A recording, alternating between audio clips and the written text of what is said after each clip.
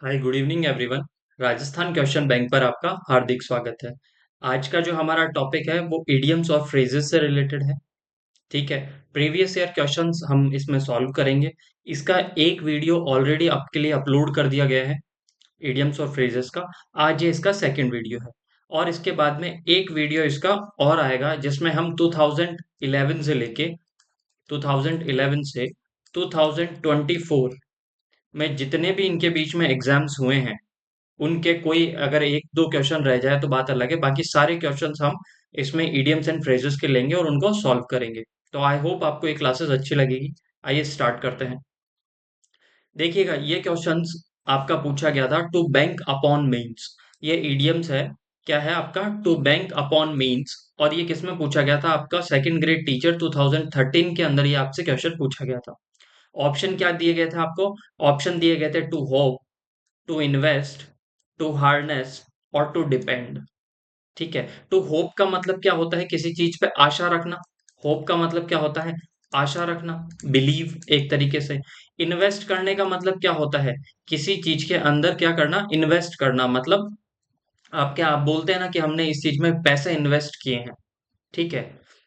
To harness, harness का मतलब होता है गरीबी एक तरीके से। हार्नेस का मतलब क्या होता है? गरीबी होता है। ठीक है, याद रह जाएगा आपको। ये हार्नेस का मतलब होता है गरीबी। ठीक है। और टू डिपेंड ऑन का मतलब क्या होता है? किसी चीज पे डिपेंड रहना, मतलब भरोसा रखना किसी चीज पे, है ना। एक तरीके से भरोसा। ठीक है। अब देखो, इन्वेस्ट का मतलब आप उस तरीके से याद रख सकते हो कि किसी चीज पे मतलब इन्वेस्ट किया। अब इसकी एग्जैक्टली हिंदी तो मेरे को नहीं पता इन्वेस्ट की, पर देखिएगा। अब इसका टू बैंक अपॉन का जो सही अर्थ निकलता है वो निकलता है टू डिपेंड, किसी पे क्या रहना, किसी के भरोसे रहना। ठीक है, किसी पे विश्वास रखना। अब इस चीज को हम कैसे याद करेंगे? देखिएगा, अगर आपको आपके पैसे जमा कराने होते हैं तो सबसे ज्यादा आप किस चीज पे डिपेंड रहते हो? बैंक पे डिपेंड रहते हो। किस पे डिपेंड रहते हो आप? बैंक पे डिपेंड रहते हो। तो टू बैंक अपॉन मीन्स का मतलब होता है किसी चीज पे क्या रहना? डिपेंड रहना। तो आई होप आपको ये समझ में आ जाएगा। टू बैंक अपॉन मीन्स का मतलब क्या होता है? किसी पे डिपेंड होना। और कैसे याद रखेंगे? बैंक का मतलब ही क्या होता है? भरोसा। भाई आपके पैसे अगर आपको कहीं डिपॉजिट करने होते हैं तो आप किस पे आ, आप बिलीव करते हो? तो वो करते हो बैंक पे। तो टू बैंक अपॉन मीन्स आपका टू डिपेंड होना। अच्छा, बैंक का मतलब, एक बैंक का मतलब तो हम समझते ही हैं जिसमें हम पैसे जमा कराते हैं, बैंकिंग इंस्टीट्यूशन। और दूसरा बैंक का मतलब होता है आपके किनारा। बैंक का मतलब क्या होता है? किनारा। तो ये इसका ऑप्शन नंबर 4 आपका सही है। नेक्स्ट देखिएगा, need of the hour means, need of the hour means. ठीक है। अब देखिएगा, इसका आपको ऑप्शन कौन कौन से दिए गए थे? The most essential requirement, the requirement at given time, are direct है। ठीक है, डायरेक्ट, डायरेक्ट नेसेसिटी और टाइमली रेमेडी। अब देखिएगा, रेमेडी, रेमेडी का मतलब क्या होता है? रेमेडी एक तरीके से आप औषधि बोल सकते हो, किसी की दवाई बोल सकते हो, रेमेडी। Timely remedy. ठीक है। और डायरेक्ट नेसेसिटी, डायरेक्ट का मतलब होता है सीधे और नेसेसिटी का मतलब होता है आवश्यकता। ठीक है। The requirement at given time, क्या रिक्वायरमेंट का मतलब क्या होता है? जरूरत। एट द गिवन टाइम, जिस समय आपको जो दिया गया है उस समय उस चीज की क्या होना? जरूरत होना। The most essential requirement, most मतलब क्या होता है? सबसे ज्यादा। एसेंशियल मतलब जरूरत, और रिक्वायरमेंट का मतलब भी क्या होता है? एसेंशियल का मतलब होता है महत्वपूर्ण। एसेंशियल का मतलब क्या होता है आपके? महत्वपूर्ण। और रिक्वायरमेंट का मतलब होता है किसी चीज की जरूरत होना। ठीक है। तो need of the hour means, अब नीड का मतलब क्या होता है? जरूरत। ऑफ द आर मीन्स का मतलब क्या होता है? आर का मतलब होता है एक तरीके से आपके जो हम बोलते हैं 1 घंटा 2 घंटे। ठीक है। अब किसी घंटे में या किसी आपको किसी समय में किसी चीज की जरूरत होती है तो उसी चीज में होती है। मैंने कहा कि मुझे 1 घंटे के अंदर ये काम फिनिश करना है, सपोज एग्जाम्पल के तौर पे। तो इसका मतलब होता है कि आपको जो टाइम दिया गया है उसी समय आपको क्या है? रिक्वायर्ड है। याद रह जाएगा इस तरीके से। देखो, नीड को याद करने का मतलब, नीड का मतलब होता है जरूरत। ऑफ द आवर मीन्स जो समय आपको दिया गया है उसके समय में आपको क्या है? जरूरत है। तो इसमें ऑप्शन नंबर आपका 2 यहाँ पे करेक्ट होगा। The requirement at the given time, जो आपको समय दिया गया है, जो गिवन टाइम है, उस चीज के अंदर क्या होना? रिक्वायर्ड होना आपको। ठीक है।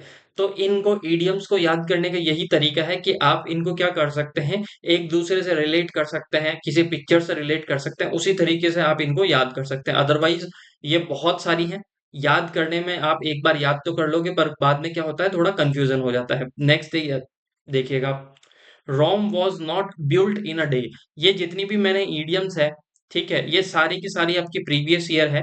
इनके बाद में मैंने इनका आपको किस एग्जाम का मेंशन करना मैं भूल गया, मैं आपको मेंशन कर दूंगा अब नेक्स्ट टाइम पे। देखिए, Rome was not a build in a day. आपको ऑप्शन देखिएगा, सबसे पहले, it takes time to create great things, you have to win many wars to build an empire है, एब एम्पायर नहीं है, एन एम्पायर। ठीक है। A task done hardly fails completely, building anything worth while requires skill. देखो, Rome was not built in a day, इसको कैसे याद करोगे आप, ऐसे याद करोगे कि जैसे रोम के जो शासक हुए थे, ठीक है, रोम के अपन पढ़ते हैं ग्रीक रोम, ठीक है, तो रोम की जो बिल्डिंग्स वगैरह इतनी फेमस थी, वो सारी की सारी बिल्डिंग एक दिन में तो नहीं बनती। अगर इसका हिंदी अर्थ हम देखें तो हम कहते हैं ना कि हथेली में सरसों नहीं उगती, हथेली के अंदर सरसों नहीं उगती। इसका मतलब क्या है कि कोई भी काम ऐसा होगा, कोई भी आप कार्य करोगे, उस कार्य को कंप्लीट होने में या उस कार्य को पूरा होने में क्या लगता है, समय लगता है।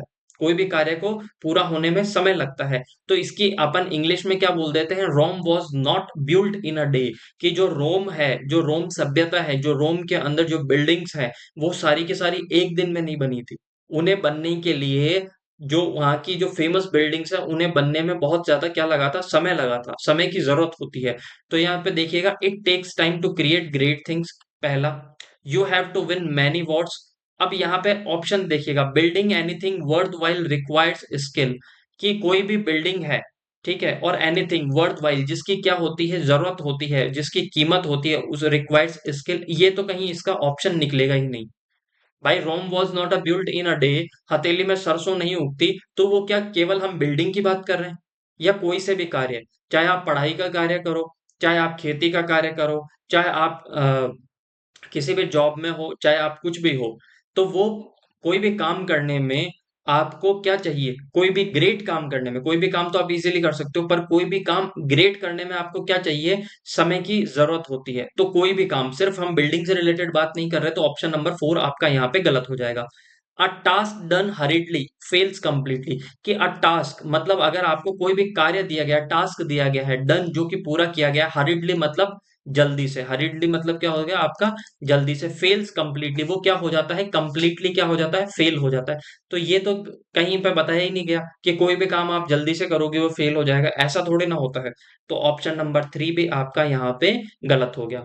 You have to win many wars to build an empire, मतलब आपको क्या करना पड़ेगा, बहुत सारे मैनी वॉर, बहुत सारे युद्ध आपको जीतने पड़ेंगे एम्पायर बनाने के लिए, ये गलत है। कि भाई कोई भी एम्पायर बनाने के लिए आपको युद्ध जीतने पड़ेंगे, तो ये तो इससे रिलेटेड कोई मतलब ही नहीं निकल रहा, तो ऑप्शन नंबर 2 भी आपका गलत हो गया। It takes time to create a great things. देखो, इट टेक्स टाइम, ये समय लेता है, टू क्रिएट क्या करने में, बनाने में, ग्रेट थिंग्स, कोई भी ग्रेट थिंग्स अगर आप बनाओगे, महान चीजें बनाओगे, उसमें समय ही लगता है। तो ऑप्शन नंबर 1 आपका यहाँ पे करेक्ट हो जाएगा। ऑप्शन नंबर 1 आपका यहाँ पे करेक्ट हो जाएगा। तो ये समझ में आ गया आपको कैसे याद करोगे। रोम सभ्यता के जो मकान थे वो क्या थे, बहुत फेमस थे, और फेमस बिल्डिंग्स बनाने में, कोई भी महान काम करने में क्या लगता है, समय लगता है। और हिंदी में मैंने आपको अर्थ बता ही दिया, हथेली के अंदर सरसों नहीं उगती। तो ऑप्शन नंबर 1 आपका यहाँ पे करेक्ट हो जाएगा। नेक्स्ट देखिएगा, to have a dig at. ठीक है, dig, to have a dig at, dig का मतलब क्या होता है, डिग का मतलब होता है खोदना। ठीक है। अब देखो, to weed out the grass, to sow seeds in pot, to criticize someone, to praise someone. ठीक है। अब देखिएगा, प्रेज, टू प्रेज समवन का मतलब क्या होता है, प्रेज का मतलब होता है तारीफ करना। प्रेज का मतलब क्या होता है, तारीफ करना। या फिर हम इसके लिए दूसरा वर्ड यूज कर सकते हैं, कॉम्प्लीमेंट। क्या, कॉम्प्लीमेंट, COMPLIMENT, कॉम्प्लीमेंट करना, प्रेज करना। ठीक है, याद रह जाएगा। तो क्या क्या होता, टू प्रेज समवन, किसी की तारीफ करना। टू क्रिटिसाइज समवन, क्रिटिसाइज का मतलब होता है किसी की क्या करना, निंदा करना। क्रिटिसाइज करने का मतलब निंदा करना।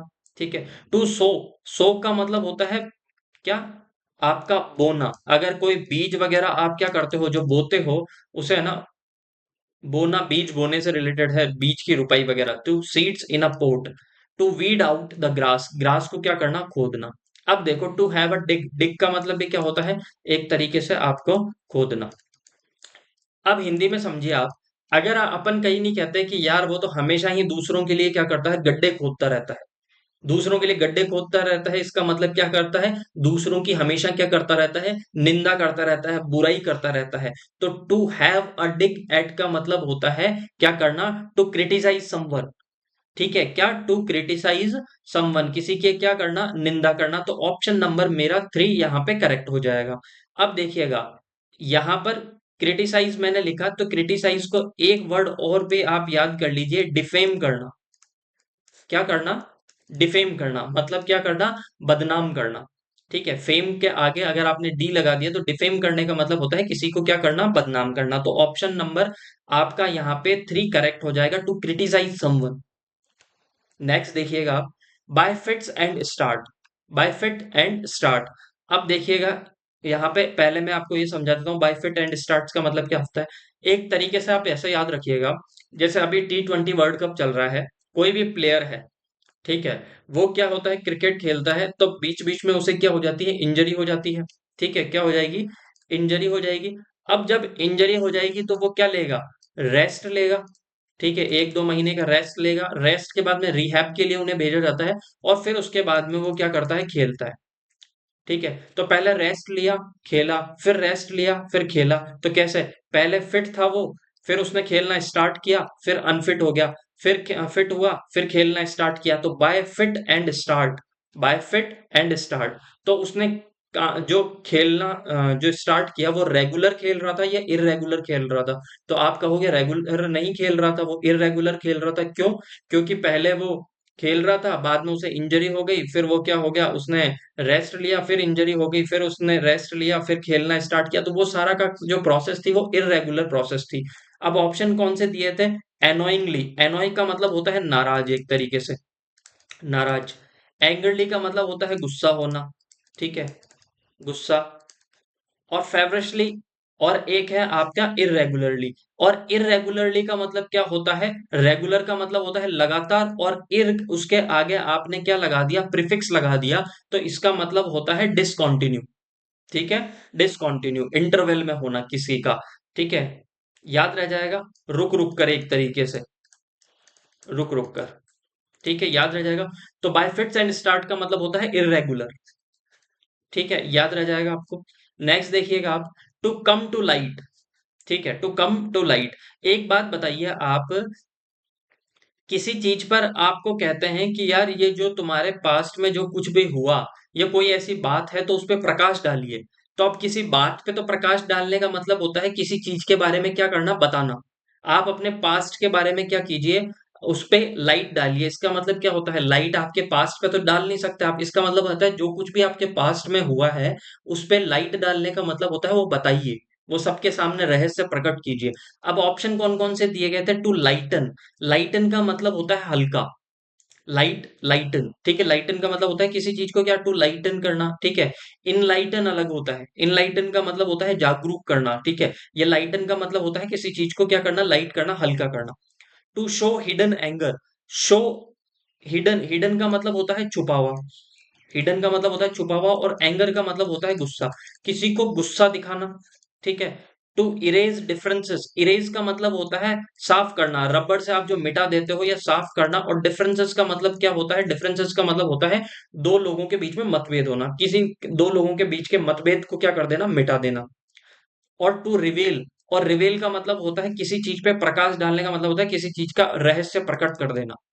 ठीक है, रहस्य प्रकट कर देना।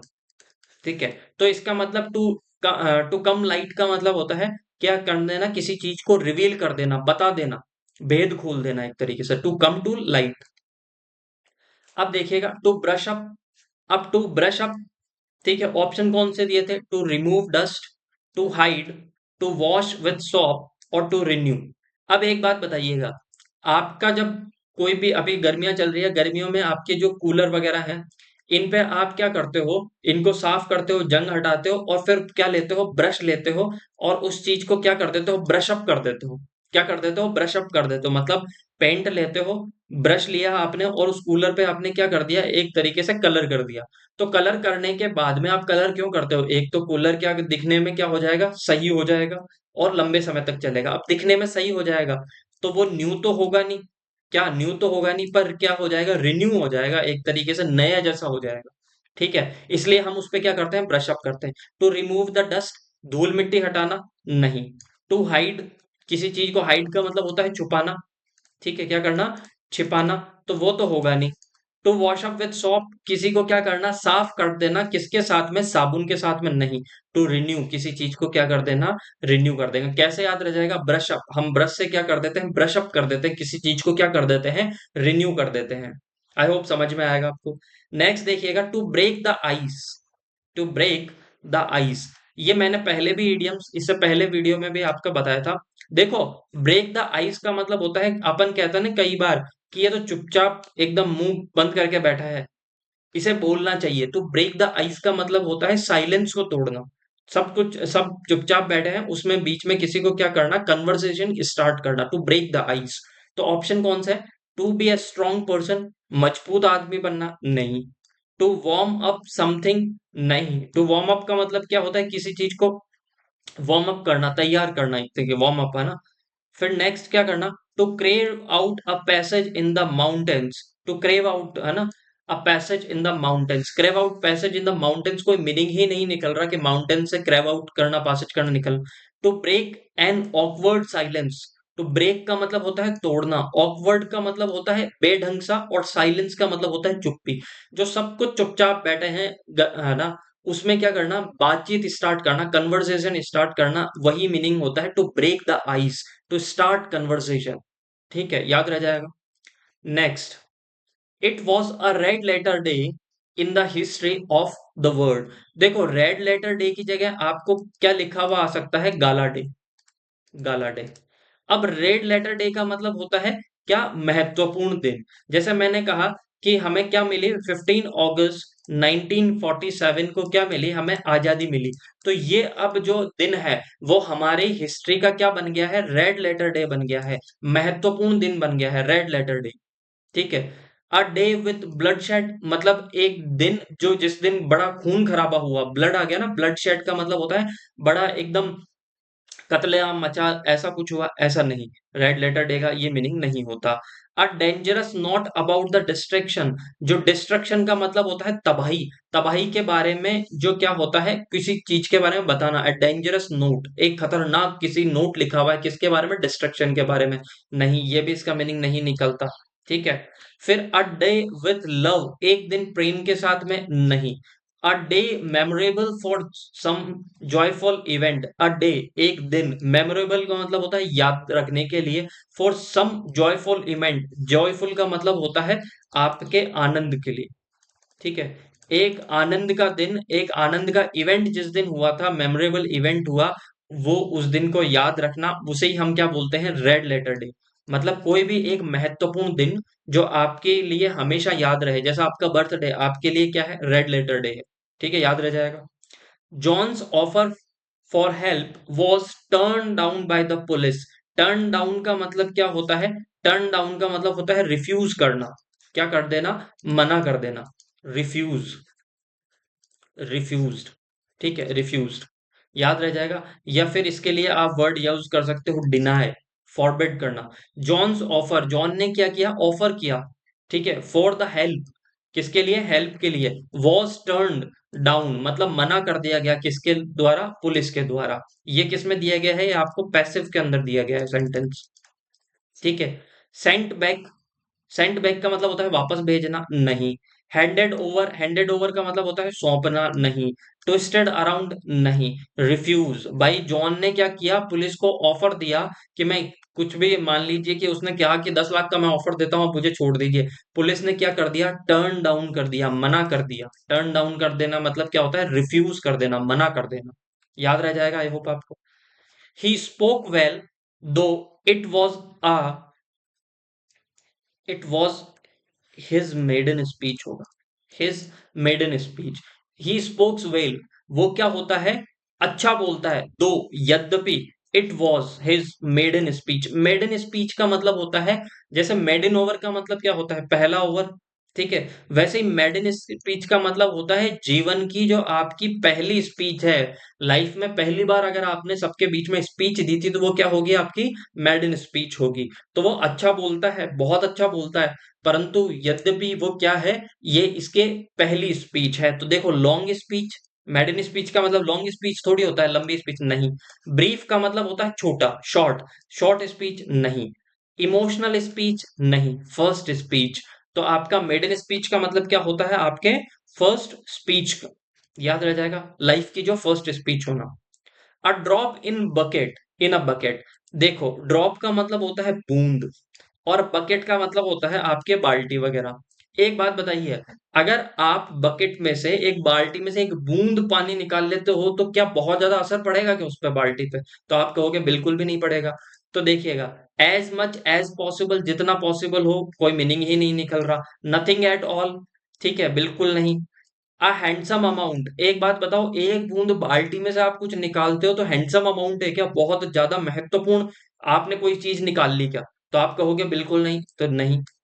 अ वेरी इनसिग्निफिकेंट, क्या इनसिग्निफिकेंट होगा यहाँ पे, इनसिग्निफिकेंट, इनसिग्निफिकेंट, आई एन लगा दीजिएगा इसके आगे। अ वेरी इनसिग्निफिकेंट अमाउंट, एक ऐसा अमाउंट जो ज्यादा, जिससे फर्क नहीं पड़ता, बहुत ज्यादा महत्वपूर्ण नहीं है। तो ऑप्शन नंबर आपका 4 यहाँ पे आंसर होगा। अ ड्रॉप इन बकेट, एक ड्रॉप का मतलब बूंद, और बकेट का मतलब बाल्टी से, तो बाल्टी से एक बूंद निकाल रहे हो तो उसका कोई ज्यादा महत्वपूर्ण फर्क नहीं पड़ता। तो a very insignificant amount, option number 4 आपका यहाँ पे करेक्ट हो जाएगा। Thank you so much. आपको अगर ये क्लास कैसी लगी, आप ये बता सकते हैं, ठीक है, मैसेज कर सकते हैं, कमेंट कर सकते हैं, ज़्यादा से ज़्यादा शेयर कीजिए अगर आपको ये क्लास पसंद आती है। तो thank you so much, bye bye and take care.